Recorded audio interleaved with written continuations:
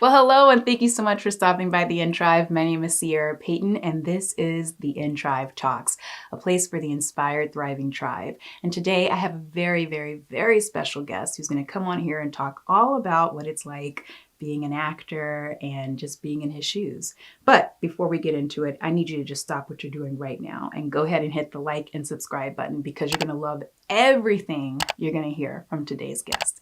So go ahead, do that right now. All right, awesome. But before we dive into his interview, I want to share a little bit of his background so you can get a little bit of context of his journey. All right. So, Martin Batts Bradford is an actor, writer, and filmmaker. He's a native of New Orleans, Louisiana, whoop, whoop, and a graduate of Dillard University, where he studied mass communications and theater arts. Being bit by the acting bug as a child, Bradford began writing and acting in school and church plays, and he often jokes that church audiences are the best audiences because they don't boo you. That sounds about right. So these experiences propelled him into a myriad of camps, workshops, intensives, and productions well into college and beyond. His film credits include Night Teeth, Syncrotic, Tales from the Hood 2, Venom, Ninth Ward Justice, The Dirt, Green Book, and When We First Met. And on TV, his credits range from The Last Days of Ptolemy Gray, Killing It, The Outsider, Your Honor, American Horror Story, Zoo, NCIS New Orleans, and so much more. So, Intrivers, please give a big, warm welcome to Martin Batts Bradford. I just introduced you, so welcome, welcome, welcome to the In Trive. I'm so happy that you're here. Thank you so much for stopping by. I so appreciate it. Thanks for having me. I feel like we've been needing to run it for a minute anyway, so I feel like this is a great time to do it. Yeah, Yeah. man. I mean, it's kind of crazy that, we just haven't, we've been keeping up on social media, but I don't know when the last time we saw each other. Was it high school? Might have been high school, or it might have been maybe in passing at some point, maybe at some point. Yeah. You, like I said, seeing what you were doing after high school was one of my most initial inspirations when I was getting into the game because I've always wanted to do this. But someone that you can touch. What I'm saying, actually getting some success lets you know, like, okay, I'm not crazy. Yeah, that's real, man. But no, thank you. And major props to you because you've been crushing it for a really, really long time and doing your thing. And so I'm just first of all, I'm just so proud of you. And I'm just so happy that, you're doing your thing, man. So just hats off to you. So the In Drive Talks, it's something I created really at the beginning of this year. And it's just been a space where I just want to bring together amazing people that are in the entertainment industry and also outside of the entertainment industry, to talk a little bit about, their lifestyle, what they do, and just anything under the sun. I just feel like so often, the only time we really get opportunities to kind of share our life journey or our story is whenever we're promoting something. And so I just feel like there's so many dope and amazing people out there doing stuff every day. And it's just, it's important to hear what people are doing outside of promoting a big movie or TV show or something. And so this is why we're here. And I just want to introduce you to the audience. I already shared a little bit of your bio, but I would just want them to kind of get a little bit of insight about your background. And so I asked these questions just, to open up the door. So, I just want to know, what's your ethnicity, however you want to define that. Obviously, where you're from, what your parents' occupation was, what your zodiac sign is, or anything else you want to add to that. Just kind of get these little statistic things out there. I grew up. I grew up in the house with my grandparents. They both were educated, both teachers. And my mom, it's a funny situation. My mom had me when she was about 16, 17. And at first she was living with them. And then at a point, she moved away and left with my grandparents to get herself together. And when she came back, I was just so latched on city and latched on where I was. I kept on putting it off. It was like, oh yeah, mama will come live with you out there at the end of elementary school. Then it was at the end of middle school. And then I just kept on putting, I just loved where I was. So it became the split of every holiday wasn't in school, I would be, wherever my mom was. At first it was Miami, then eventually it was Atlanta. So coming to Atlanta became like my second home. Oh, wow. So so I was always split between those two households of, these old school educators and my young ass. Like, we curse on this thing. I want to. You can, yeah. You're fine. And her journey is because when your mom has you at like 16, 17, you watching her grow up as well. That was basically what it was. And the beauty of that was she eventually got into real estate, but she was a dreamer. So she would always, I didn't have that background of people telling me you can't do something. She was like, that's what you want to do, son? Go get it. And luckily my grandparents were the same way. My grandmother was like, as long as, funny thing about her, my grandmother's big, and she may be one of the biggest reasons why I started finding success was because she's big on education. Like, they both educators, but my grandfather's like one of those like New Orleans potty mouth, like type cats, and like my grandmother's like kitty, prim and proper, seventh ward, like it's just the funny juxtaposition. And like she never even really cursed. That's who she was. You know what I mean? Everything was she was really about education, and she wanted to make sure that I could speak. She was like, as a Black man, you have to, especially in this country, you have to be able to articulate yourself. So at a young age, she was heavy in the church, and she would have me in like all these programs from when I'm like 5 and 6, like reading something, like whether it's a poem or a speech or some Black history fact, because she was big on Black history as well. So she always invoked that into me as well. So as time goes on, I'm in front of these audiences, since I can barely speak, I start being like, I got to memorize this because it's intimidating to hold a paper in front, in front of these people. So at a young age, I was learning to memorize these speeches and these poems that my grandmother had me doing. And I often say, the church, I think I said this in my Bible, the church, I feel like, is the best place because they not going to boo you.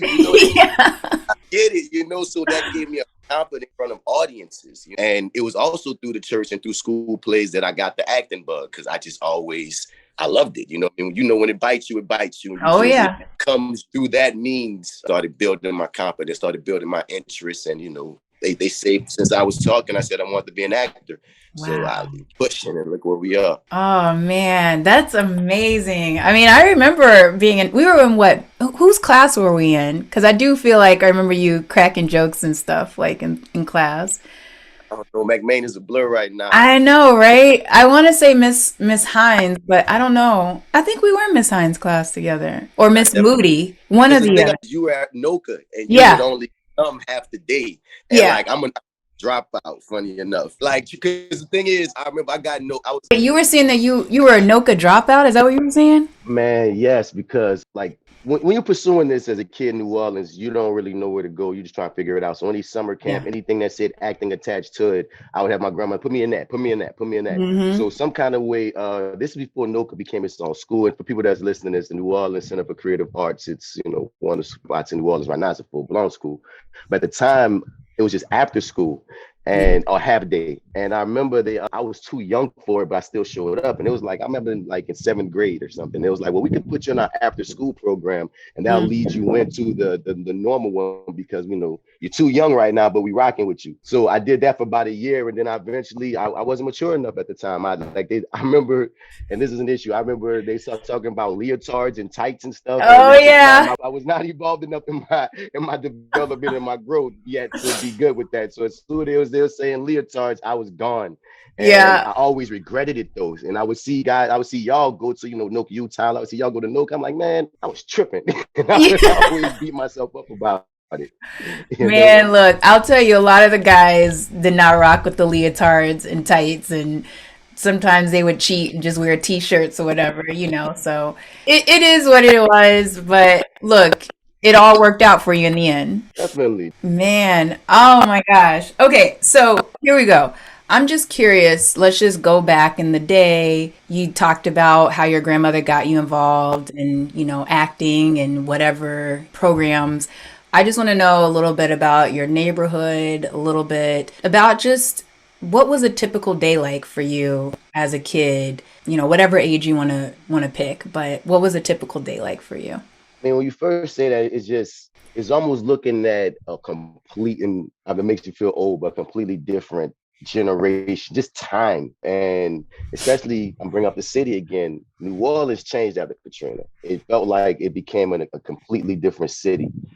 And in regards to neighborhoods, when I was growing up, like the neighborhood, like people had been in those same neighborhoods for generations and generations. I'm in the same neighborhood that my mom and my auntie grew up in. So, they remind, like, I'm always having some old person tell me, like, yeah, that's something that Sherry would do.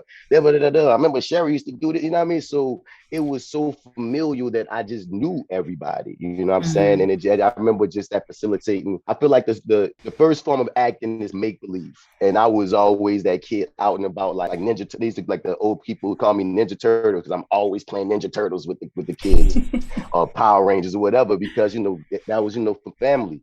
I grew up, like say, around the Seven Ward area, Gentilly, not too far from the St. Bernard projects. That's another funny thing about New Orleans, and some other spots are like this where you could be on one street and it's like this great neighborhood, and you go two streets down and you're in the hood, and then you're in Yep. another street. It's like that we all integrated together. So we have people from the Saint Bernard coming to the neighborhood, and it's just all these people, and we'll be outside. I remember just being outside playing, whether it's sports, whether it's that's the main things I remember, just the familiar feel of the neighborhood, and how like Mhm. and my grandmother making sure I had to come out, like the street lights was a big deal. I would get made fun of hard because, like, she would step out on the step and scream my name. I remember whenever the street lights would come on, I could remember my friends being like, "Oh, she come, Martin." They already starting to do it before she even about to do it. I'm like, Oh my God. I, you feel me? So like, that's what I remember. It's just the familial nature of just neighborhood living, and everybody just vibing and having fun and just growing up. An issue that I often have when people talk about the quote unquote the hood. And every time someone's talking about the quote unquote hood, it's always this negative connotation as if I everybody in know. the hood is some gangsters and everyone's on Mhm. drugs. And I'm like, no, the average person growing up in any area, whether it's impoverished or not, is just having a normal experience. They might have the woes and Exactly. wells that might come up, but you just being a kid and you just learning what you're supposed Exactly. to learn and doing whatever with other It's kids. so true. Yeah. That's so spot on because I just remember growing up too in the third ward and everything, and it's like when you tell people that out here in LA or whatever, it's like, ooh, you grew up you grew up in the hood. And I'm like, I mean, we had some problems, but it was great. Like it and was you and awesome. you don't even think about it, like it's not till you Yeah. get older that even it would even dawn on you, like maybe I was in an area that might. It doesn't. You think about the movie Friday. Friday Hmm. shows you there's Nia Long in the hood, and there's the wannabe Janet Jackson girl in the hood, and there's the Yep. gangsters, and there's regular Buck Craig, and like there's just everyone. It's just a neighborhood. It's just a community. Yeah. So I would like to start battling a lot of those stigmas when it comes down to some of these stories that get told too. Exact. Oh my gosh, that's a whole conversation we can totally have about just the misperception of the hood, or just like the misperception of New Orleans. I mean, that's a whole. Anyway, that's a whole other tangent, and if we Mm, have time, we could definitely yeah. jump into that. But I want to make this all about the Martin show. Okay, growing up and you getting bit by the acting bug. I'm gonna just park for a second because I was gonna ask about the real moment you discovered it, but. I want to know, just as a kid growing up in New Orleans, did you see anybody on TV or in film that was just like, oh man, like if they're doing it, like I definitely have to do this? Or was there anyone that you, I don't know, I guess mirrored or emulated when you were younger watching film and TV? That when that comes up, two things come to mind. One, everybody that was on Nickelodeon and Disney when we were young. We talking all that. We talking Kenan and Kel. We talk like Hmm. because we that was a whole generation of seeing kids acting. You know what I'm saying? I Yeah. remember one of the first things I wrote. I'm in elementary school. I used to write my own plays and stuff. And I remember they let me write the Christmas play in fourth grade. And Wow. one thing that I used to do a lot of was I would make sequels of things. I'll make my own version of things. I made my own Good Burger in like fourth grade, and they let us What? do the whole. Man, my teacher was cool. she let me Wow. cast it. She let me direct it, and that was like me already like knowing what I want to do. And I just remember seeing they were teens. You know what I mean? Do those skits and such. That was inspiration. On a more bigger stage, it was Will Smith, like the Fresh Prince of Bel Air. I Yeah. just wanted to be him. Like he just was so cool to me at the Mm. time. You know what I'm saying? He knew how to talk to the girls. He knew how to be funny. He knew the right things to say at the right times. How to get it like Fresh Prince for us was like, Ferris Bueller or Zach Morris for like Yep. other, communities. Like those two stand out. As I got older, it became, you get to the Don Cheadles and the Denzels and all that. But early, I'm thinking about the cast of like all that, Nickelodeon and the Fresh Prince of Bel-Air, to be real. Nice. Oh, those are such great examples too, because that's real. I remember those shows as well. It's culture, man. It is. And I think we all were at some point pretending to be those people, as kids, like reenacting the sketches and Yes. stuff like that. So dope, man, dope. So I wonder right now, can you remember the very, very, very first moment? Like just dig back into the memory bank of when that acting bug bit. Honestly, it was probably the first play I was in, and I'm in kindergarten, and I remember it because we had to do this stance. It was about these African stories. I think the lead character was Keepat, and there's some African character named Keepat. And I remember this book, and that's the main thing, mom. And I remember being on stage with to do this. I mean, we had to hold our stance, and it was like this. I'm gonna show you. It was like this stance like this. Oh, And we had to wow. all hold. And I remember a little kid ago, me like, I don't know if I can hold it, but I have to stay in character. And that was the first. That's my first, like just trying to be as still as possible and remember whatever little lines we had at the time. And I remember it's always that conversation of film versus theater. The audience, the crowd being there will always be the difference maker when it comes to the feeling. Like in film, you get that feeling once your film comes out and you see it with an audience or whatnot. But in theater, that it's instant. So Yeah. I remember that applause. I remember that, that appreciation. Again, so many audiences consistently, I just kept on feeling it. So Mm. I'm gonna start like kindergartners to be real, because I just keep having these elementary school memories. Whether it's a church stage or a school play or just in class and the teacher just being like, "All right, Martin, what you want to do with the class today?" And I'm like, "Well, Man, that is so awesome though that you had a lot of people that nurtured that. I mean, because that too is, I feel sometimes a little rare as well. And because I mean a lot of yeah, times our teachers and caretakers and mentors and stuff like that, like they're busy. They got a bunch of other kids in the classroom to worry about or other things to take care of. And so, sometimes they're not able to really nurture that. But that's just really amazing that you got that opportunity to just have that, growing up. that's low key generational though, because back when we were in elementary, it didn't feel like the teachers, because like I'm in the education system right now as well, Hmm. and a lot of it feels like everything is geared to getting these kids to take tests right, and Yeah. so much time is like micromanaged for trying to get these numbers and such. Well, like to a degree, it feels like the personal time with the kid and talking to the kids is missing at times. So I Mm. remember back when we were growing up, those teachers seemed like they had the freedom to be like, okay, I finished up my lessons. We can, and of course, not every teacher's going to be like that, but it just felt like the times worked to my advantage in that case. Nice. Yeah. I mean, big time. I mean, but I just also think too, aside from it being generational, there is something, I don't know, there's just something about New Orleans, I feel like. I don't know. I just remember when I was in middle school and high school and just the type of teachers I had too. And when you talk about NOCA earlier, I had a teacher that was like, "Oh, you should audition for NOCA." And I was like, "What is that?" I hadn't heard of that. And then it's like, I go to NOCA, and then I had these teachers there at NOCA that were very invested in our just making sure that we stay on the right path in life. And so Right, right. I don't know. I hadn't gone, well, I went to school in Mississippi and Texas, but I just felt like, I don't know. I don't know if it's a unique thing to New Orleans, but I don't know. I just felt very taken care of, It's more that like in a, familial feel about the city. Like it's just mhm. as part of it. Sometimes it works against us, but yeah, I know exactly I know what you're talking about, and it's Yeah. it's it's low key consistent. Yeah. Big time. All right. I know you already answered this, but just to elaborate a little bit more, did you always know though that you would be in the entertainment industry, that you would be an actor? Always. It was yeah, and because even if it wasn't an actor, all my interests were.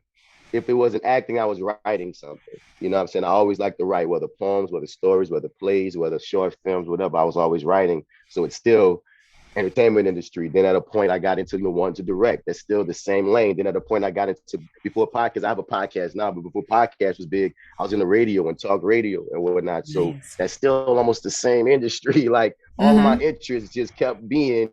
There's gonna be some entertainment, whether it's in front of the camera, in front of the mic, or behind. So yeah. Nice. And then when you graduated from high school, I just want to know a little bit about, because you've been pretty consistent with doing plays and, like you said, all the other things that you've been doing. But when did you really feel like you really took the leap into pursuing a career in acting and being like, I am an actor, I'm an entertainer, filmmaker, director, I am this. When did you really take that real first step, that leap? I don't know. I think it would be between either at a point in college or a point after college. Because what happened with me was I went to college at Dillard University, and I started with my major in mass communications, and my minor was going to be theater because I felt like at the time, and I was being arrogant. I was like, well, I already have, I've already learned so much when it comes to acting. I can minor in theater, and then in a way, just take the theater classes that I want to take, and I can learn these other things in mass comm just because that I don't know as much in that arena. You feel me? Mm-hmm. So I was trying to cheat the system like that, and it wound up not happening like that. Then the very next year, Katrina happened, and after Mm. Katrina happened, that like knocked everything out of whack and knocked me off for about a year. So then I get back to Dillard. My third year there is really like my first year, and I'm dropping classes like crazy, which is setting me back even more. Funny enough, Mm.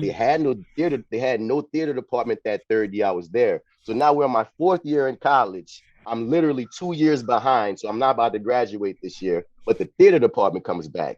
And when that theater department comes back, I hit it hard and I get cast in the play for the year was Top Dog Underdog. I got cast as Booth. I remember that. I And remember when that came out. I remember seeing stuff on social media about that.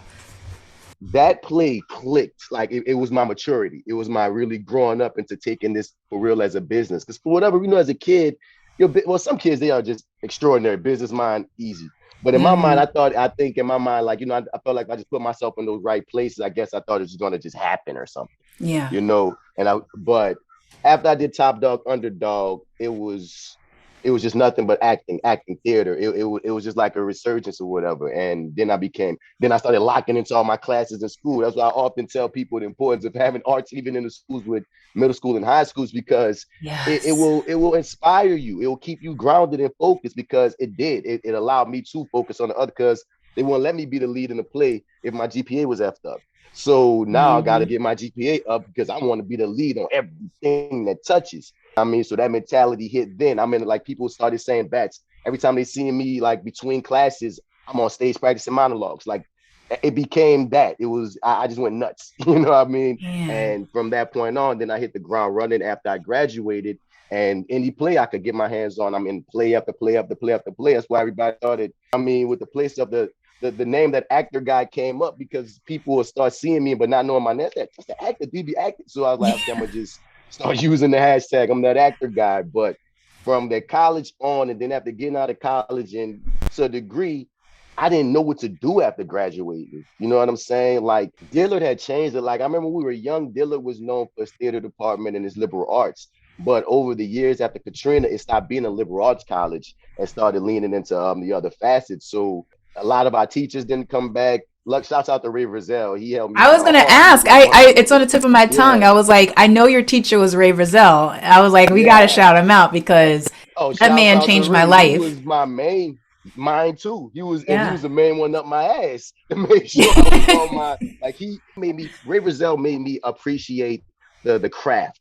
Like, because a lot of times, especially growing up, you have this natural ability, and Hmm. people around you are like filling your ego and pushing this, the fact that you have this natural ability. But Ray, like, he made it instilled in me, like, no, if this is a craft, you have to work at this. This isn't just something that you can just play around with. No, be a Yeah. student to the game. You know what I mean? So what he instilled in me is priceless. But the other side of it, and I think this is an issue within just most colleges or whatnot, they will prepare you for theater and the theater industry, but not a lot of them get us prepared for the film industry and what we're Yeah. gonna get into in the film. So when I graduated, even I felt like I can act.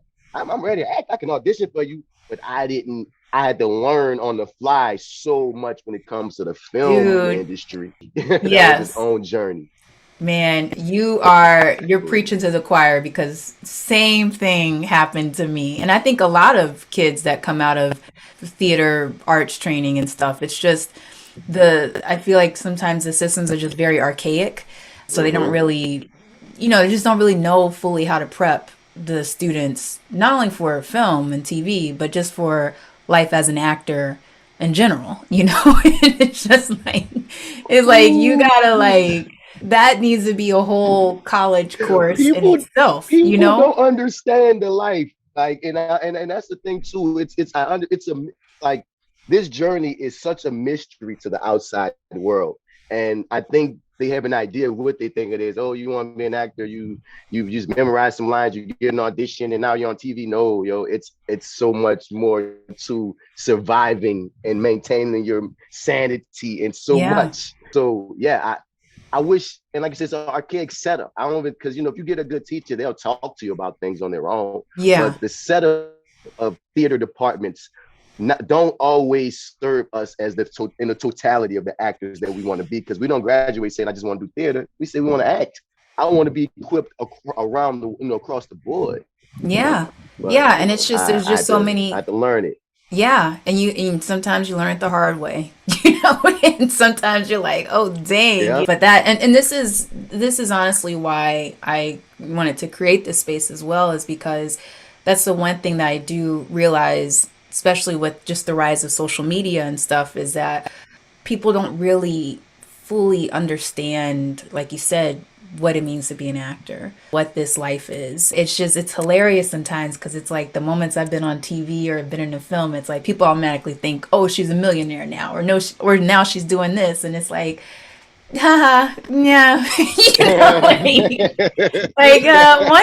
one day we gonna claim that, but it's just Man. like this is a whole. I don't know. For me, it's sacred, it's spiritual, there's a whole thesis or whatever I can write about it, but there's just so much more than the moments of the glitz and glamour. And I just think that a lot of people don't fully understand that. And I think that a lot of times actors are just kind of written off as being these weird, emotional individuals who are very spoiled and whatever. And it's just like, no, like we're in this, everybody has their own reason, obviously, but I just think that we're really in this for deeper reasons in terms of holding up a mirror to society, or when you're embodying another character, like you have no idea whether or not if you're embodying somebody who's really going through that thing that you're Right. portraying on screen, and people can watch that and be inspired and empowered to go on and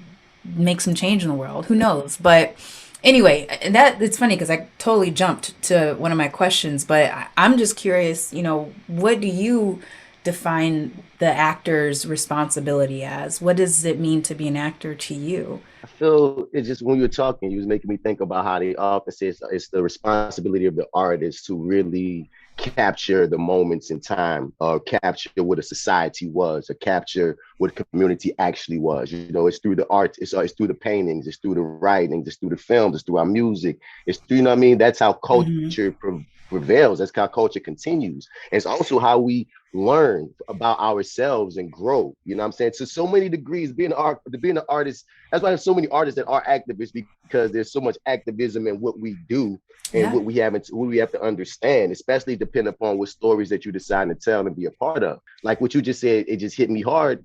I often say we're storytellers first, like we're storytellers. That it just is what it is. And when you're whether you're wearing your writer hat, or your director hat, your cameraman hat, or you're wearing your actor hat, you're a cog in that story. And many times since we wearing the faces, it's the funny thing of, we trying on these characters, or these characters trying on us. Well, Hmm. in these events, there's somebody watching that's their story, that's their struggle. I mean, or that's just that it might even be their struggle, but they just need to see themselves or their friends or their family. And it gets, like you say, it gets so deep, because in a way you're recreating the human experience as distinct as possible, as honest as possible. And in doing that, you can't help but give of yourself, your spirit. Like there was this conversation that was being had online about how much of the characters we continue to keep with us, like how Woo. much of that if you come with the soul aspect, your spirit, like how much of your spirit are you slicing off to give it to that character, or is it the reverse? How much of that Mm. character just will always be when you're going through those metaphysics and we don't have clear answers, but we know what we feel when we going Yeah. through this shit. You know Yeah. what I'm saying?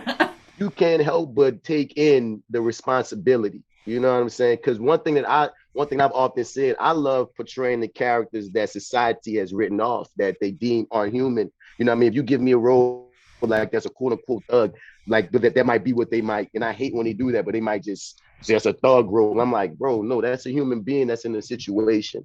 And Yeah. I don't care if he's the villain of the story or the hero of the story. The purpose is to find the human in the story because everybody with the Joker said in the Batman comic, everybody's one bad day away. You know what I'm saying? You Yeah. don't know someone else's struggle, and it's part of our job to bring these stories to the forefront. Whether we, swashbuckling pirates, whether we superheroes in capes, or whether we just, in the hood on a Friday trying to give Big Worm his money. It's just, I think they're all important. Yeah, man, you hit the nail on the head for sure. And I mean, I wanted to just add to that a little bit too. One of the things that I've started really thinking about whenever I get the opportunity to work, a lot of times for me, it's very, like I said, it's very sacred, it's very spiritual. You know, I'm doing all the work to bring the truth and the reality to the character and to the screen. But then I also, there are times where I'm like, man, I did all that deep work, but I just want, when people watch this thing that I'm a part of, if they're having a bad day, if they just got laid off or whatever, they just work their 9 to 5 or they're tired or whatever, I just want them to come home and be able to watch this thing and just escape for an hour or 90 minutes or 2 hours or whatever and completely That's the forget about. therapy of it, Yeah, exactly. And it's you so know? funny because I met this girl a while ago and she was telling me how her mother was sick, but when she was in the hospital with her mother, they were watching the show that I was on. And like it was funny because I had met her and she didn't know that she didn't recognize me or anything like that. And then she was like, "Wait a second. My mom and I were Yeah. watching you in the hospital."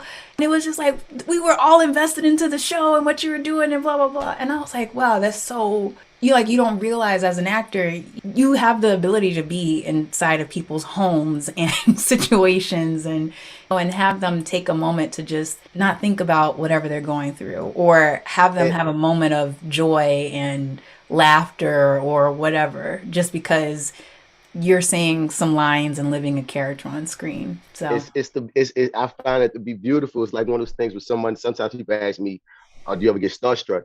And I say typically no, I don't get starstruck. But the people that I would get starstruck on might not be anybody to you. You know what I mean? It mm-hmm. might be somebody I just see on my little television show that I watch, and I just like that person. And they might not be no superstar, but I mean, there's a few actors like that I've met that's like niche actors that I'm like, oh, it's my dude from that. Yeah. And it's because I just know them from this thing.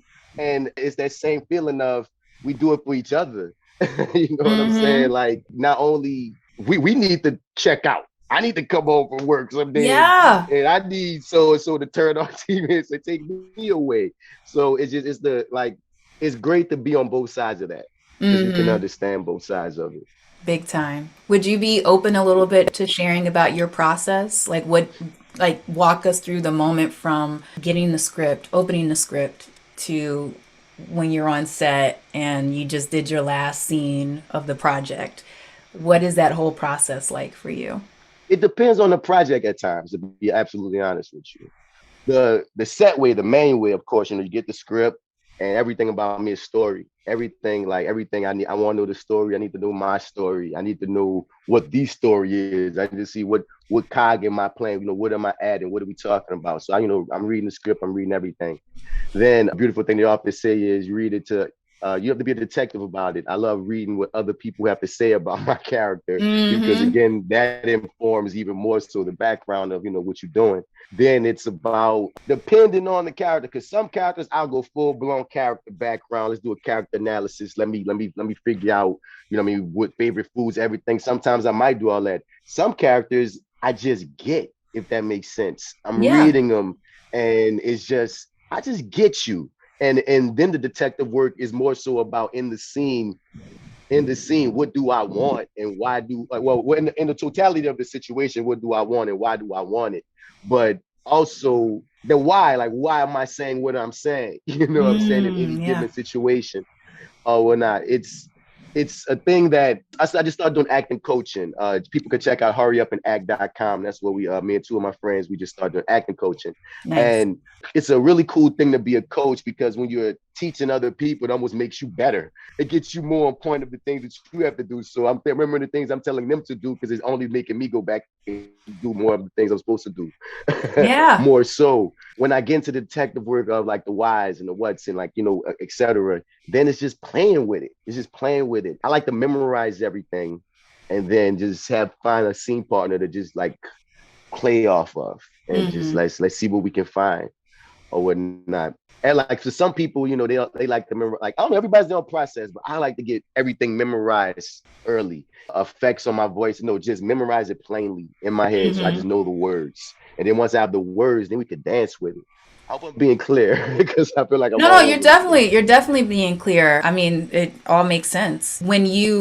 Once you get your lines memorized and you kind of work with like a scene partner, and this is, specifically for film and TV, I'm asking, I don't know, do you get like a friend that just kind of run through things with you as much as possible before you get on set? Because nowadays, since things are filmed so fast, I mean, sometimes if you're lucky, you get a rehearsal with the actors you're acting with on screen, but most of the times you just kind of come on and it's like and y'all and stand y'all here. just Yeah. and y'all just Yeah. make the magic, and that is just as an interesting thing too, because at certain projects you see when the final project and you have that part of you is like, if I just had a little bit more time to just chill with Yeah. this person. Or sometimes, like, especially when you and the person y'all have, like, when you on set, you get the groove of the scene while you're shooting, and then you're done, and it's like, wait, we got it, like, but now Yeah. we moving on. It's just like a lot of people don't realize how, in a way, how amazing some actors are because you're not even seeing their actual final product. You know what I mean? Yeah. Or really the best that they could do. Because we know in theater you get months and then you get to do your best work and then you get to have like at least 20 shots at it. So, Hmm. but with film, you get it maybe a month at best before you do it, maybe a month, sometimes a few days, sometimes a couple weeks. And like I said, sometimes you might have a table read, sometimes you might have a rehearsal, but really you get there, you get your scene partner and y'all working. So everything that you had to do was before you got there on your own. Yeah. And a lot of it is like what you asked me was I have a scene, I was not friends because like not all my friends. I have a lot of active friends. Hmm. So when I need them, when I need them, because when you're working with a real person, it just gives you a different effect. Yeah. I think like because I got our friends now in the audition process these days, everything's on tape. Yeah. And you can get somebody to like, tape with you over the phone if you want them to. Or some people I know even will audition against themselves. They'll Yeah.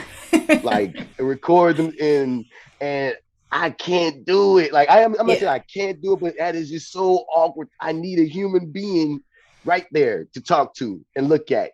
I'm not the guy Hmm. that's wanting even to talk to the air. I want to like because you will get a different response from yourself when you're batting off of another human versus your imagination, because your imagination only gonna get you so far. Then what happens when someone So throws true. you a vibe that you weren't expecting, a take that you weren't expecting? You're like, whoa. And that's the fun of it too, but you don't want to get so set that you're not open enough to accept that. Yeah, the Yeah. play in it all. It's so important. And you're so right about that. I mean, it's one of those things for myself too. It's whenever I'm like just in my head, working the scenes or whatever, and then I get with like a live person and it's like, wait, what? Whoa. Like, I did not hear Yeah, that line that way. I didn't know. Like, that it's way. just, you're like, okay, Yeah. all right. I'm glad I got a live person now because now I could really do what I got to do. But before And that, you do need that time alone first. You know what I mean? You need hmm, that time alone before you bring another person in because you got to get your groove. yeah, But I need that live person before I go do it for the world. Unless it's just something because I often say this game is like we were talking earlier about people just think you get on TV and now you're famous or now you're a millionaire. No, this game is humbling as hell, bro. Like yes. especially in my journey. I mean, my first booking was a co-star, but then my next booking was a lead on an indie. Then my booking after that was a recurring, but then my booking after that was back to co-stars. It's like you will go up Hmm. and down and up and down to the point of you just are happy to work at a point. Like I'm Yeah. just happy to get a job, which we can get into later. They try to use No, no. against you, I but do want to park there a little bit because that's real. We're just going to talk candidly here because, I mean, my very first opportunity film thing, I was the female lead of an action movie with Steven Seagal. And then I remember after that. that, I think I did a commercial and then I did like this like low, ultra low budget, non-union movie that like we were working 18 hours a day. I think I got paid like $800 for the whole thing. And then it's just, but it's like up and down, up and down, up and down. And like, I mean, I remember there was a period where I couldn't get arrested. I was like, dang, I mean, is anybody gonna hire me? And then Yeah. finally I booked like a little 1 day co-star on All My Children. And then again, like to start working a little bit and then just like radio silence and then working and then radio silence. I mean, I'm kind of in that period now where I've just been auditioning and auditioning. And then it's like people be like, oh, well, shouldn't you be on this? Shouldn't you be doing that? And I'm like, yo, this is not what this business is. Like it is, Mm-mm. it's just, it's ebbs and flows, it's up and downs. The number of bookings or number of non-bookings you get have nothing to do with your talent or your worth or whether or not they like you or not. That's why I say it's a sacred spiritual thing sometimes Right. because it's like there's no map and I just feel like God is going to be like I got you and you might have to wait a little bit because the right thing I'm making for you right now or or whatever, but it's just like you said it's just it's highs and lows, it's up and downs. And it's almost a heartbreaking thing when you realize that's what it is Mhm. because as a kid and when you're on the outside it's almost a con. It's almost you get think that if I'm the best I can be then I'm always gonna be booking, and then when I start booking it's gonna just be this natural trajectory of I'm gonna get this and then this is gonna be, and it's not that at all. It's Mhm. literally Yeah. everywhere around. You could talk to 10 different actors and you ask them how'd you get where you get, and they're gonna have 10 different versions of the Yep. journey and the map, and it is nothing set. I had a friend of mine ask me, and he's an amazing actor. Well, it was a few years after we were in college, and he didn't know if he wanted to pursue it fully. He asked me, should he do it? And I'm like, bro, I can't answer that question for you because this journey is so wild. I don't want you to, if you're looking in your refrigerator one day, you have no money for food and your fridge is empty and you still have to maintain the thought of the dream and keeping on. Don't blame me like, man, Martin got me broke out here. No, Yeah. no, no. Yeah. You got to take in that this, like I always call it a journey. This is sacrifices. Like you said, it's so spiritual. It's so many sacrifices that you're going to endure, and you're going to have to ask yourself and check yourself, is this for me? This what I want? If you can't answer that for yourself, Yeah. you're gonna have a problem. You feel me? If you're only in this to be rich, if you're only in this to be famous fast, if you're only in this for anything superficial, you're gonna get your feelings hurt. At some Mhm. point, even if you pop fast, at some point reality gonna hit you like, no, this is, if you better be in it for the right reasons or for reasons that make sense or that can hold you over for longer than just bull crap. Exactly. Exactly. Just parking even more here, your journey. I just want to know about like what your artist journey has been like since, first booking, you said a co-star and then up until now. What has that been like? I remember getting out of college. I was, like I said, I was in all these plays, play after play after play. And every time I'm in a play, I was at least have a couple actors that had agents. And someone would always say, bro, you don't have an agent? I'm surprised you have an agent. You don't have an agent? That was in my mind. Mhm. Well, somebody showed me. I don't know how to get an agent. Like, how am I supposed to do it? And I was in this play, the play version of Porgy and Bess. Like, there's the musical, but there's Yeah. also a play version. So I was in a play version of Porgy and Bess playing Sport and Life with this actor named her name is Shonda Quintal. And she was the first person to be like, hey, yo, I'm gonna refer you to my agent. She referred me to her agent. It was Louisiana Talent Agency. And that was the first agency I was with. And I signed with them. And I remember the whole first year and a half, maybe almost 2 years, I didn't book anything, nothing. I'm thinking, do I suck? Like, and luckily, I was still getting auditions. And that's a lot of things that people need to understand. If they still bringing you in for auditions, you're doing something right. Like, Yeah. as long as they still want to see you, even to try you, you do. But at the time, I'm getting these auditions, and I'm like, well, I'm not booking anything, but I'm gonna keep, going my hardest at these auditions. And I needed that time too, because I had to work out certain theatery things that I had in me. Because again, when you go directly from the stage to the film, you have to learn to act for the film, for the camera, Mm-hmm. for this box. Because I just think, because I recently I looked at some old auditions, and I was like, oh God, what are you Oh doing? my God. Oh, what are you doing, bro? Uh-uh. But like again, when I booked American Horror Story, that was my first one with Kathy Bates, and she was so freaking cool. I'm always remember her because she is another person that made me realize how important craft was. Because I remember when we getting it together, and she see me going over lines, and she looked at me and she said, "You're trained." No, no, I think we did a practice together, and she said, "Oh, you trained, aren't you?" And I said, "Yeah." She said, "Oh, we gonna have some fun."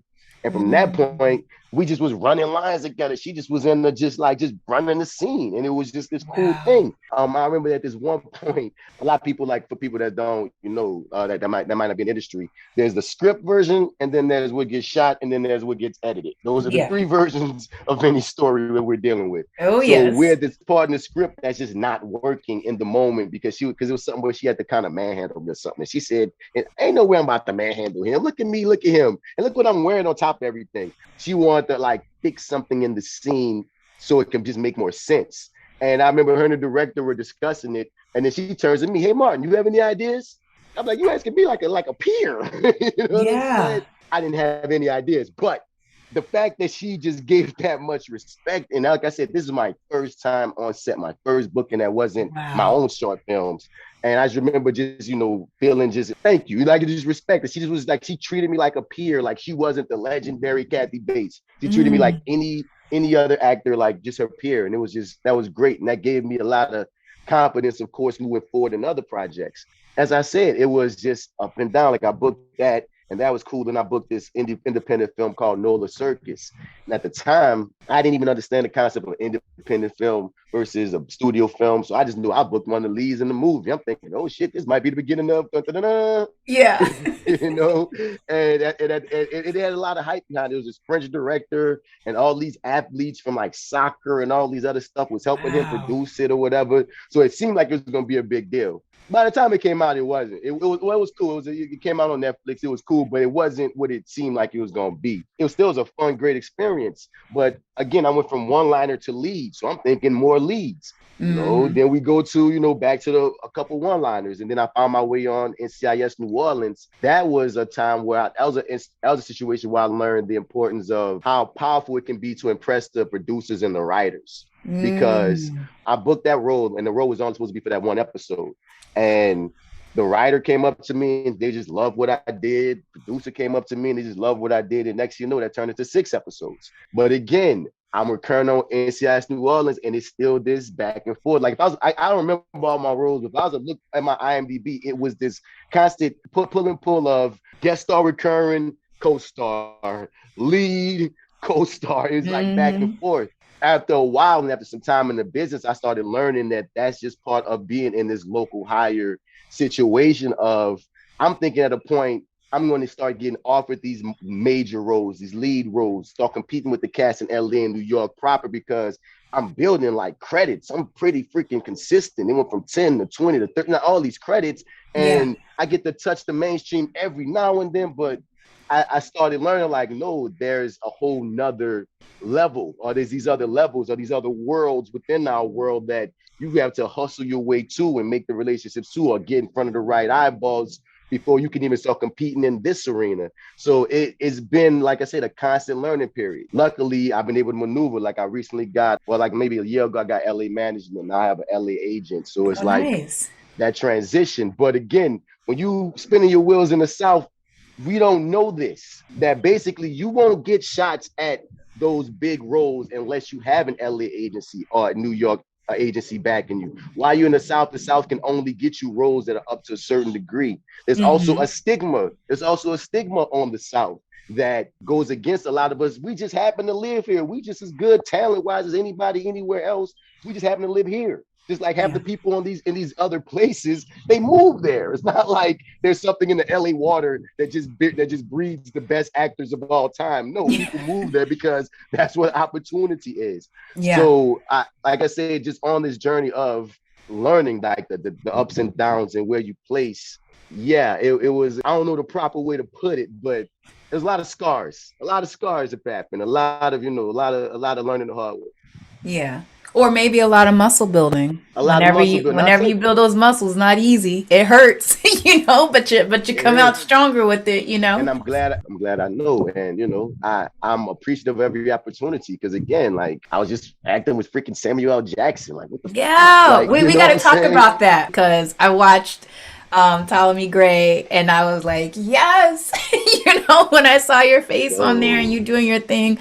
I mean, man, what was that like? I mean, I was so happy for you. I'm still so happy for you. I got chills, just beaming, just proud friend from afar over here when I was watching that. Like, what was that experience like? That was poignant in a bunch of different ways. Cause like we talk about, maturity as an actor, just maturity as a businessman, just learning all kind of things, right? One, I was up with 2 roles on that. The one I got and the villain of the piece that wound up only really showing up maybe in the last episode. Mm-hmm. But those were the 2 I was up for. And I was happy when I booked this character because he was a regular guy.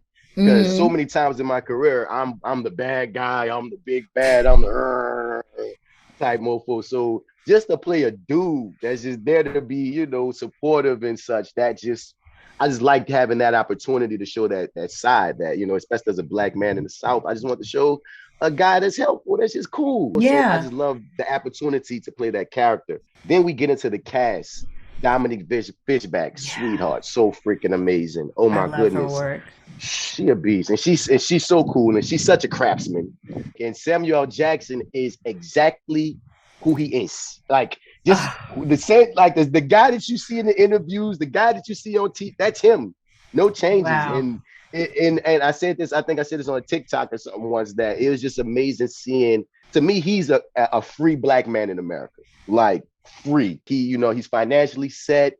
He's confident in his career. He's doing this because he wants to at this point. This man said, man, I often take like maybe a couple of weeks in Venice just to take some time off and I get back into the rigmarole. Like he'll tell the director exactly what he is a free Black man. And I think the epitome of success is to get to a level of that kind of freedom. And that don't even mean that level of like monetary success that necessarily, but that longevity and that confidence. That to me is the real model of success. And he's still him. He don't feel like he putting on.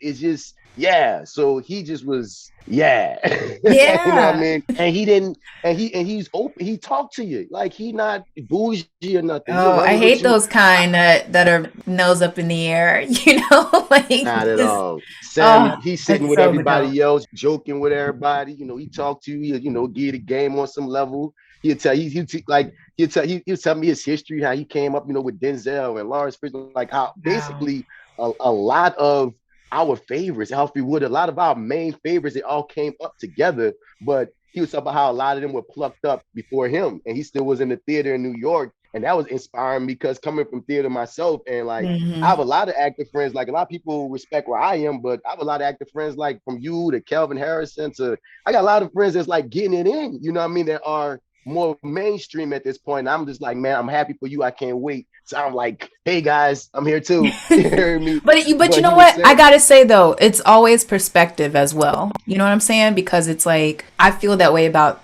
a lot of other actors that I came up with too. It's like, you have those moments where you're like, when is my turn? It's just like, and you could be in the middle of your turn. Yeah. Because again, whenever I'm on set, there's somebody that's like in another, like that's like maybe not as far along as I am. They'll tell me the same thing, like, Batch, like, you're inspiring me. And I'm like, me? Oh, cool. You know what I'm saying? But perspective, it's everything. Yeah. But like in the scenes, I didn't feel intimidated in any kind of way because he just be chilling. Like it wasn't, he didn't make you feel. And I think it might just be a confidence in myself where I think of a lot of people as we're all peers. I mean, we're all peers in this game. We're all peers in this craft. Yeah. All of us are stars. Just somebody put the telescope on you before the telescope got to me. When the telescope get to me, it is what it is. But that don't mean I'm not burning just as bright where the hell I'm at right now. You know what I'm saying? Yes. But I think, but it's a side thought, and it's funny that this thought came to me recently. But I did have a low. Sometimes I had a low key level of imposter syndrome when it came to that project because they had so many names and I wasn't a name. You know what I'm saying? And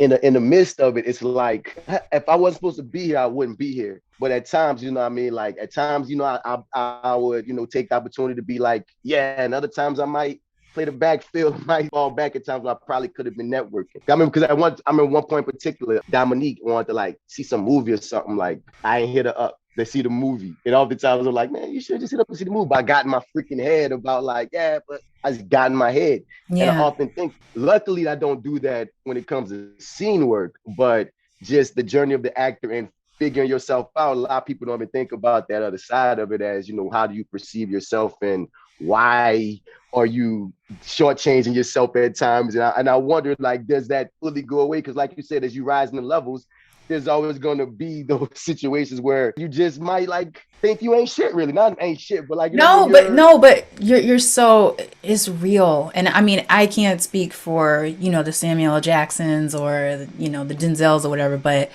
I know just from my personal experience, I still feel that way sometimes. And I've been told as much, where it's like, oh, she's not a name.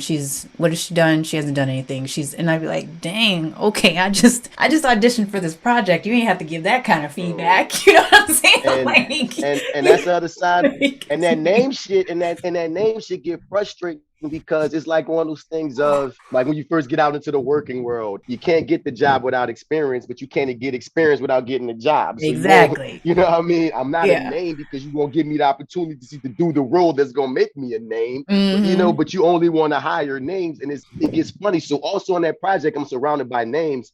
And the great thing about that cast is they were outwardly talking about pay. You feel what I'm saying? And because Mm. that's often the thing. People don't talk about what they get paid, so you don't Yeah. really know the deficit within it. So as they talking about pay and such, and I'm just looking like I'm a recurring guest star. I'm on 5 of these 6 episodes. My check ain't sounding nowhere near like your check. And I Woo. understand you're a name. I Mm. understand that you're a name, but y'all ain't. I'm not. I wasn't even offered because I'm in the local hire situation. The minimum that you Mm. would have been offered. I'm saying, and that's when I started like that's when inspired that later, TikTok that went viral that got picked up on, Yeah. the Yeah. news and such because I started at a point they start using the fact you're a local hire, you live in this area, you should be grateful, I guess, for getting this I remember opportunity that. Yeah.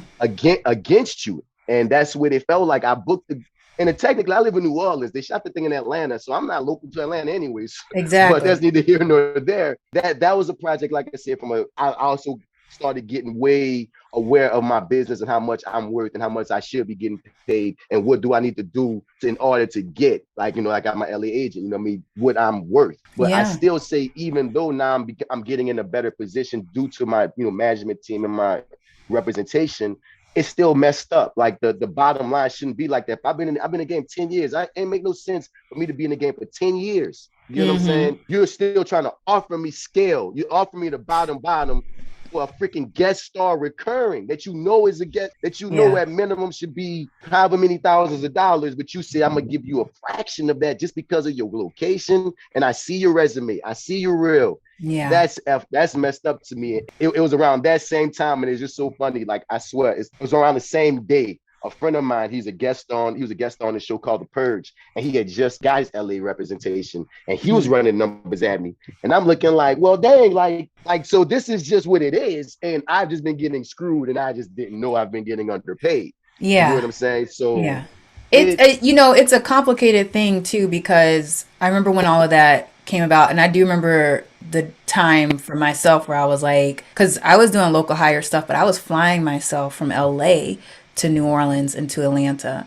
And I just had I had a come to Jesus moment when I saw my paycheck and how much I paid to fly myself out and put myself up. And knowing how much the production could dish out, I was like, I'm not doing it anymore. I'm done. Like I'm not doing the local hire thing. And if I were still living in New Orleans, yeah, it'd be a different story. But at the time, I was living in LA. It's such a complicated thing, and not to be like, oh, they don't have the money. But I guess that's what comes with the whole tax incentive too, is that they are supposed to hire a certain amount of people for a certain amount of money. But it's just like, why does it always have to be the actors? like, It's but it's it's not just it's the like I actors, it's also the crew as well. But it's just like Mhm. there's other ways, there has to be other ways to still get the benefit of the tax credit, but still pay people, their worth. And especially in Yeah, today's time with inflation and all these things, like, man, there just has to be a way. I That's what, understand the business. I understand the business of it to a degree, but like 'cause I get in y'all budget when y'all making this out, you know what I mean? Y'all have budgeted this money that's gonna be for the local higher budget or mm, whatnot. On one end, like you said, they do it, they get a tax credit incentive to hire people locally. They use that money for that. And when you're first starting out, that's great. You know what I yeah, mean? When no, yeah, if this your exactly. first couple years acting, the fact that these movies coming into your city have to hire a particular amount of locals, that's amazing. That's great. You know what I'm saying? But I'm saying when we get into the nuance of, okay, why am I building this resume? Exactly. If it doesn't matter, like there's a local hire cat that might have 2 or 3 credits that you throwing them this scale is a bone that you throwing them, and then there's a local hire cat that's not a local hire actor. I just happen to live here where you are Yeah, shooting this movie. But like my resume and all these other things show you that I've at least earned the right to have the yep, conversation. Hey, I should be able to get some kind of pay in competition because it's one thing if okay, let's I'm gonna say play numbers. If scale is $2,000, if the least that you would pay an LA actor to do a particular job, it says $8,000. It's hmm, weird as hell if at the very least you won't offer me 4 or 5. You're not giving me what LA get necessarily, but you're not insulting me by giving me what you would give me my first year acting. You know what I mean? hmm, Especially if I have a resume and a reel to support it. So that's where like the frustration came because again, no one you learn this through trial. No one came and said, okay, here's the levels of it. exactly. At this point, it's gonna be this. No, keep getting hit with underpay, and these studios like a Disney, like a CBS, like a Fox, like you name the studio, and you like you guys can't tell me you don't have the money. You get what I'm saying? And then you get in Yes. the room with somebody like Samuel L. Jackson or Dominique Fishback or who all these other people I'm in the room with, and they talking their numbers, and you really seeing like, no, I know you have the money. You paying them, even somebody who has less episodes than me, but they were booked out of LA, triple and quadruple. You can't tell me them little couple of thousands for me, given the level of the role that you're casting me as. That's Hmm. when it start feeling like economy. You know what I mean? You're trying to Yeah. get me at you're getting the caliber, but you're even those times when and maybe even look back at previous times because this is luckily this has happened to me a lot of times over my career where if I'm on a TV show, often, like I said in the first time, where a writer or producer will take a liking to me, this has happened often where they'll write me into the show. I've had a lot of That's so opportunities where they dope. write me in, but it's dope. You think it's dope until you realize they're doing that because they know they can afford you because they know Mm, like on one end they're doing it because of course they appreciate you and your skill, but the other side of it is, oh, and if we hire him again, we just got to pay this little bit anyway. It's not like I'm hiring yeah. one of these other people that I'm paying this other amount to. So it's like a gift and a curse of, yeah, thank you for the opportunity to get more opportunity, but I'm going to be getting underpaid regardless. And that's just a hole in the industry that if I ever got enough fanfare or enough attention, I would not stop talking about because I just find it to be like just exploitive. It just is Hmm. crazy unfair. Yeah. Well, I think the transparency of it all is definitely key. And it's interesting because I'm like a part of this Facebook group of actors that are like Southeast, Atlanta, stuff like that. And recently one of the guys in the group posted their deal points, like as a Atlanta actor, like what he was originally offered, and then he like got his agent to like jump in and negotiate, and then he ended up sharing what it ended up being. And I was like, dang, like hats off to you for, doing that and also sharing it with everybody in the group. So just so it can empower people as well to just be like, no, there is a possibility of getting what you're worth and getting paid what you should be getting paid. You know what I mean? Like, and Right. so I don't know. I mean, I don't know if that made any sense, but when I saw that, I was like, and everybody in the group was like, "Thanks, man! Like, thanks so much for sharing that." And like, who's your agent? Like all that stuff. But his whole point was is that they have the money, and it's just you got to come correct. You got And it, because it sucks because that is almost the weak point of the artist. Because so many of us we have done it for free. We feel yeah, like this is what we yeah, do. You know what I mean? So we love to do it. So when it gets into the talks of money, it's like, bro, don't make me be that person where it seeming like I'm trying to be greedy when really I'm just trying to get what's fair. If you're gonna like I'm it's like if I sign Mhm. on to indie, if I sign on to indie, they don't got that much money. I already know coming in. Oh, they ain't got that much money. Boom. But if you signing me on HBO to be a whoever the heck a supporting character, and I know what you're paying the other supporting characters, Mhm. it's not out of the box for me to want something comparable. So Yeah, it's and you just shouldn't feel yeah. bad for that either, and it's But just a lot like, of us do. A lot of us yeah. do. No, it's true. I mean, like I said, I was doing the local hire stuff for a while and again, working for free. I mean, I would book my flights, I would get the hotel, I'd get the rental car, whatever. And then turn around and get my check and after taxes and commission, it was like $400 or $500 less than everything that I paid to get myself there and everything. It's a part of those And, scars and muscle and that building, might you know that what I might sound mean? crazy to anybody that's not in the Yes. industry.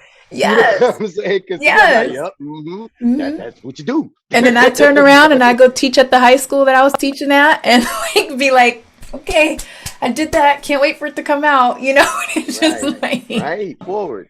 yeah, yeah, man. What a Same journey. story. What a journey. Hmm. But hats off to you seriously for just speaking up and speaking out about it. And it's always scary when you do that, but it's important when it's just, hey, at the end of the day, the industry is changing and evolving so much. And it's just that we artists, we bring so much value to every project and everything that we do. And it's just like, there's nothing wrong with us getting paid to do that and getting paid the right amount of money to do that. So it's a big pie. Everybody can get a piece of it.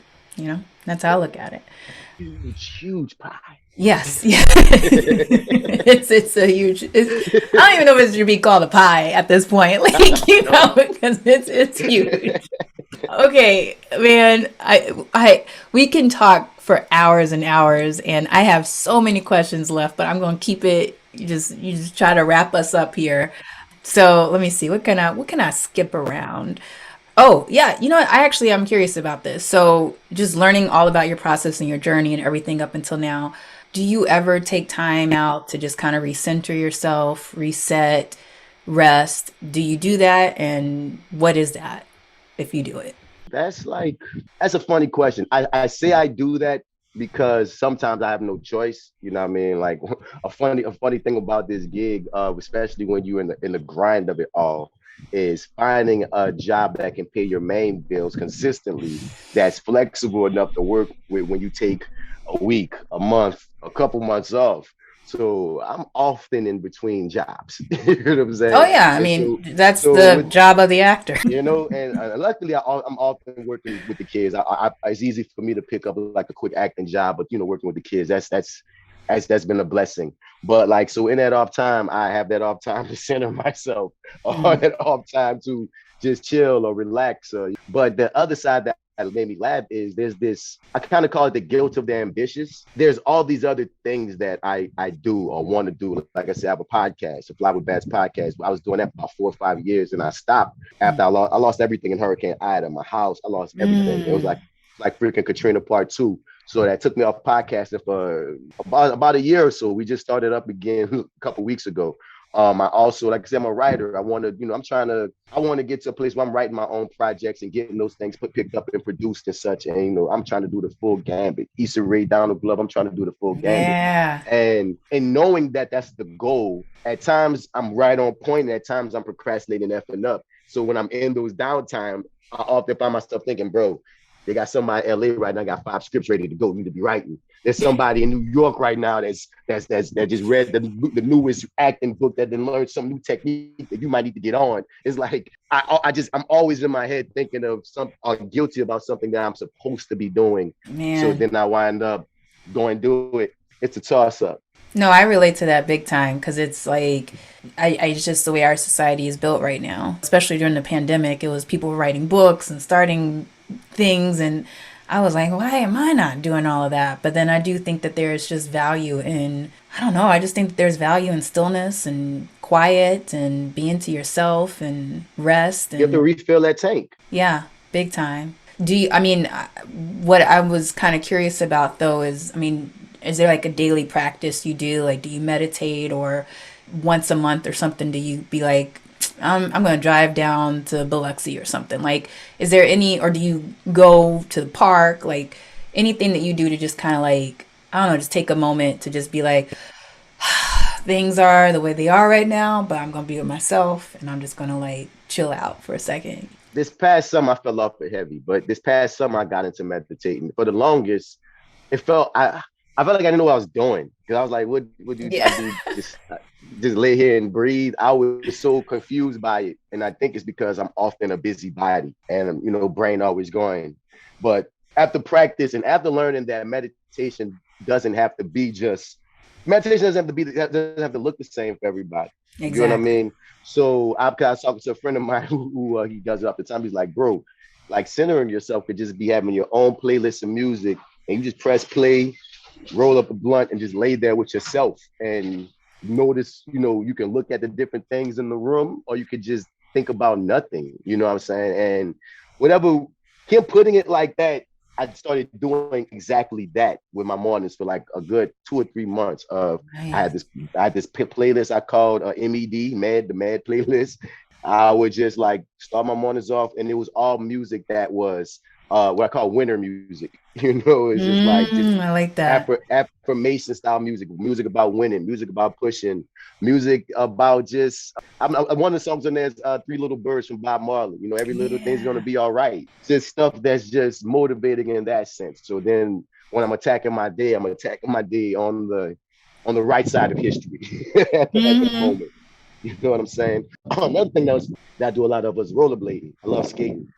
Sometimes it's just going to the park and just me, my blades in the wind. I love that. Man, you got to share that playlist too. Like Oh yeah, I'm it's gonna need nuts. that playlist. Yes, indeed. Yes, indeed.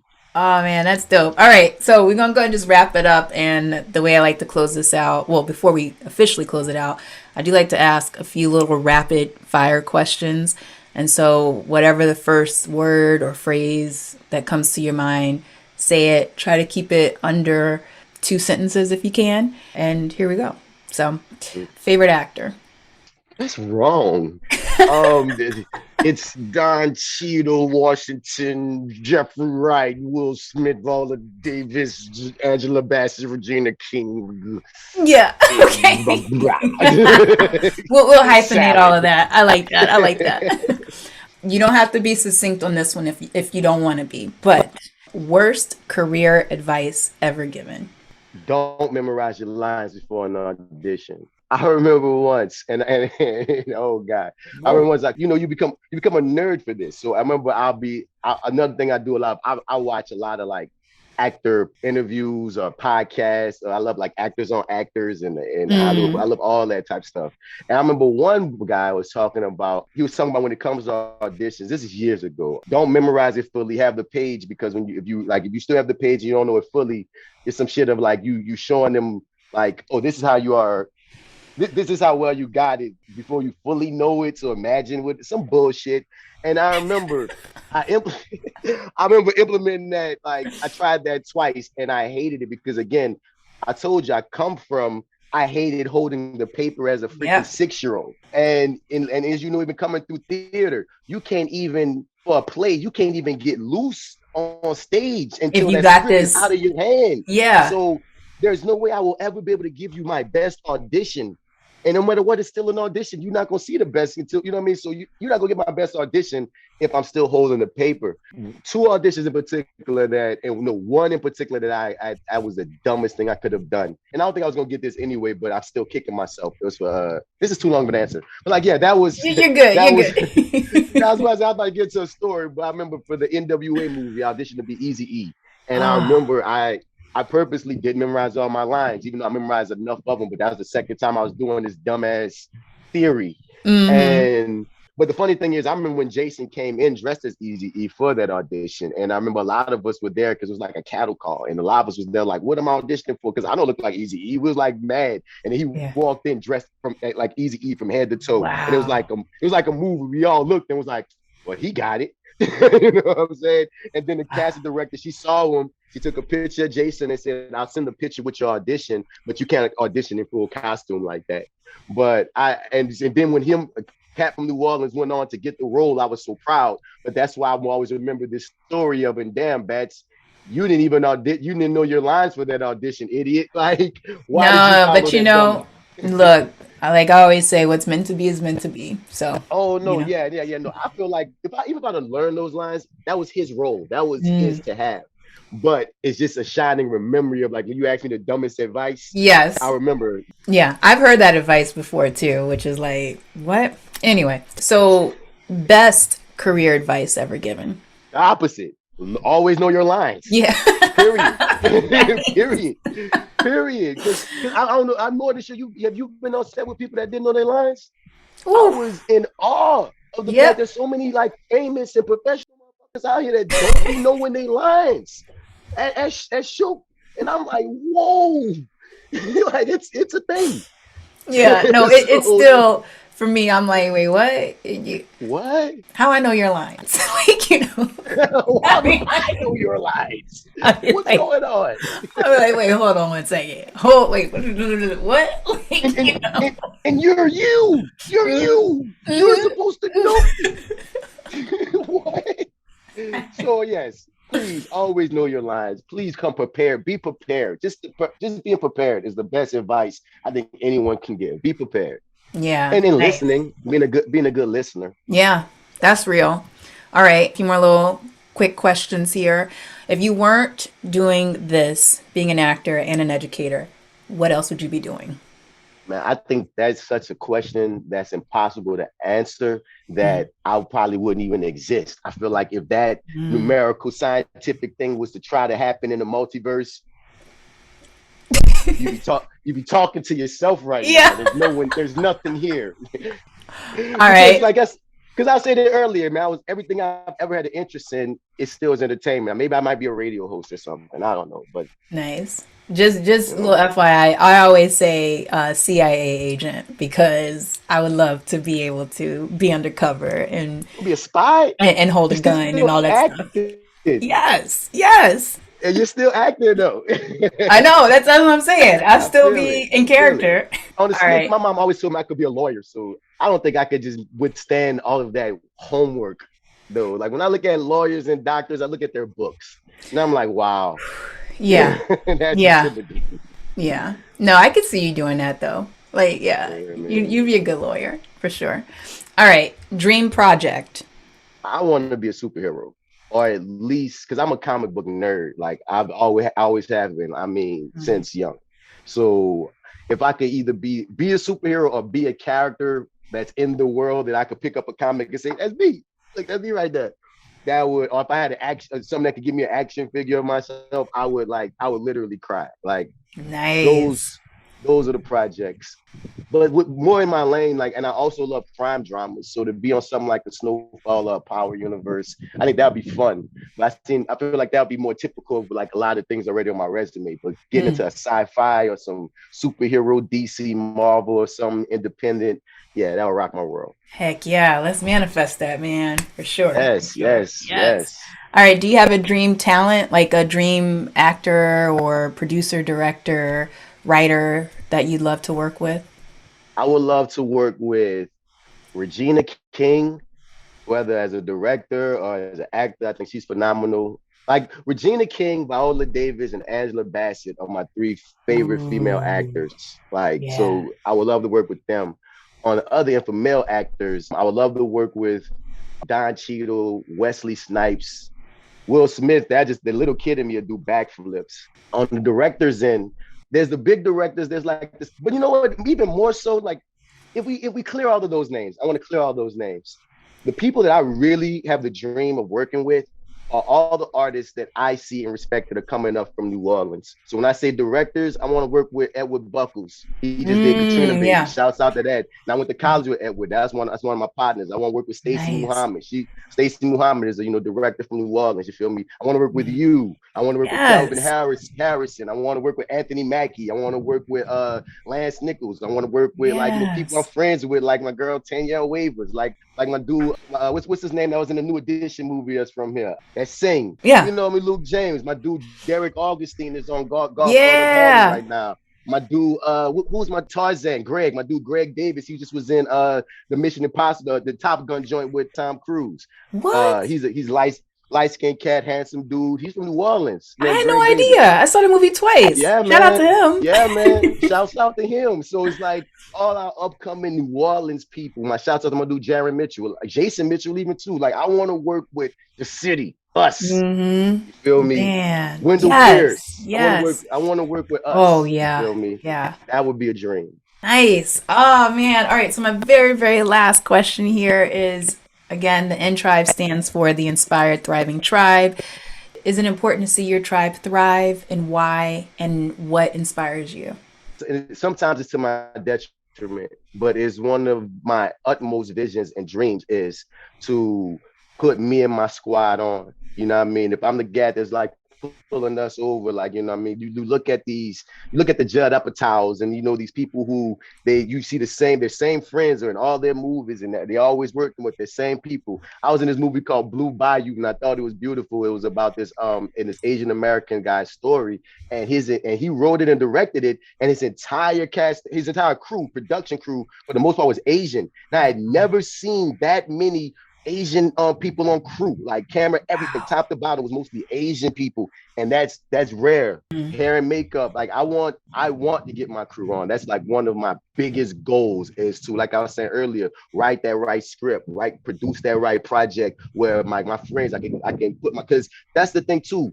There's so many actors that we know that don't get they just do, that don't get those bookings, that don't get those Yeah. opportunities. Like that's why I feel so grateful, even though it's a journey to get to where I'm getting to. I feel grateful for where I am because I have so many actor friends that are amazing. They just don't, it just hasn't worked out. The things haven't worked out like I believe they should. So like to thrive together with my squad that's the goal. That's a definite goal. Nice. And what inspires you? On another tip, just great stories and talented people and seeing visions realized is an Mm, inspiration to me. And so every moment and every, you know, step that I can get to that place just pushes me to, you know, do better, pushes me to keep going, if anything, you know. nice. Oh, man. All right. You got to tell the people where they can find you, follow you, all that. All right, guys, it's Martin Batts Bradford. You can find me on all the social medias at Mr. Bats. Spell it Mr. Out, or you're gonna find another cat. You feel me? You can Google Martin Bats Bradford. You can check out my YouTube page, youtube.com, Gumbo Monster 504. We have like short films and a bunch of fun things on there. You can Nice. look up my podcast, the Fly with Bats podcast, and you can check out my acting coaching site, hurryupandact.com. So that is me. Awesome. Awesome, man. Thank you so much for stepping into the In Tribe. You inspire Yeah. me, and I know that you inspire so many other people. And so just thank you so much for just keeping the flame going, keep doing what you're doing, and also just thank you for giving us some time to share about yourself and your journey. I so appreciate you, man. So Oh man, appreciate you. thank you. Thank you for Uh, this. This was fun. all right, awesome. Thank you. So much love to you. I appreciate you. All right. Right back at you. Right back at you. Stay in touch, love. All right, we'll do. Take care. Thank you so much for tuning in to the In Tribe Talks. If you want to keep up with Martin, please be sure to hit him up on social media. And if you want to keep up with us here, please be sure to hit subscribe and also hit the little bell icon so you can know whenever we post new videos. And if you're looking for more content, why don't you go ahead and hit up our website at theintribe.com. I cannot wait to see you at the next video. Until then, please take care, stay inspired, and keep thriving. All right? Bye.